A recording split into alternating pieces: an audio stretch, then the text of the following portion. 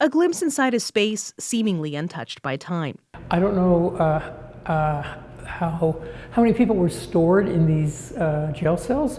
They're pretty gruesome, and but it's a part of the building. It's an important part to understand that there were trials here and there were criminals held during their period of the trial. Each signature or scribble etched on the walls with its own tale. So even the graffiti in the jail cells has a story to tell, which is of interest.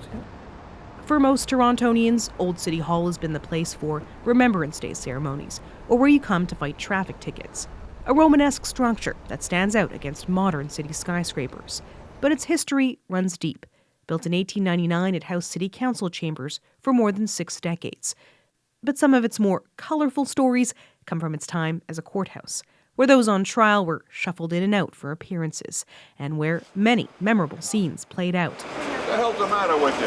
From former Maple Leafs owner Harold Ballard batting away reporters with his cane, to world-famous rock stars making court appearances. There were all kinds of courts here, and there are a lot of photographs. For example, Jimi Hendrix was here on I think a marijuana charge. Jimi Hendrix says he's turned on with grass, hash, LSD, and cocaine, but he's never touched heroin.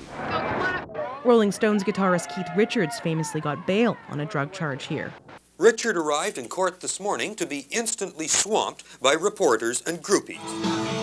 Richards got probation, one of the conditions for him and the Stones to play this benefit concert for the blind in Oshawa.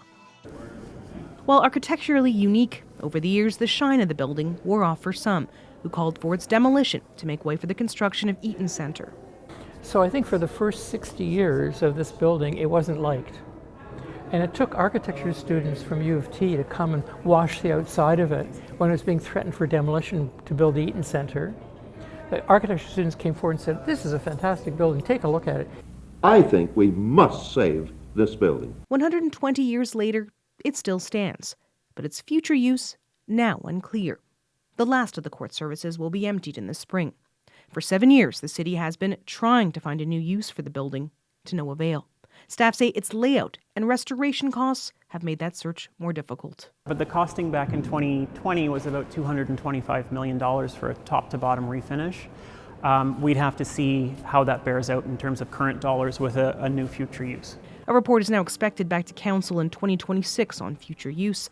Historians hope whatever that is, the public can be part of it. For most Torontonians, the only time they ever get to come to this building is if they're appealing a traffic fine or something like that.